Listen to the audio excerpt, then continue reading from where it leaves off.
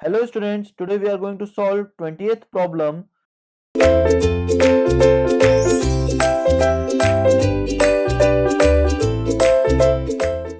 Question is written as a series of perpendicular offsets taken from a curved boundary wall to a straight survey line at an interval of 6 meter. It means that the common distance is 6 meter.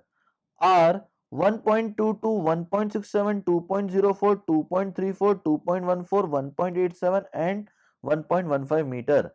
Now the area in meter square rounded off to two decimal places bounded by the survey line, curved boundary wall, the first and last offsets determined using Simpson's rule is.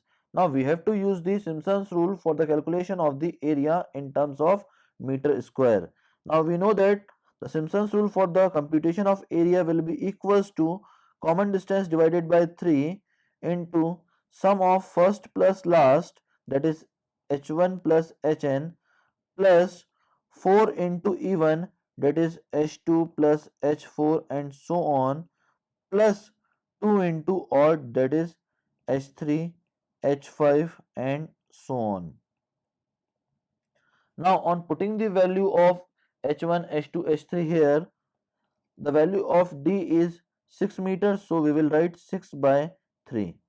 Now the value of first perpendicular offset is 1.22 and the last offset is 1.15, plus 4 into even offsets, that is 1.67 plus 2.34 plus 1.87, plus 2 into all the odd offsets, that is 2.04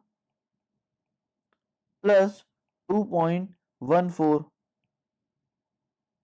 On solving this, we will get the area as 68.50 meter square.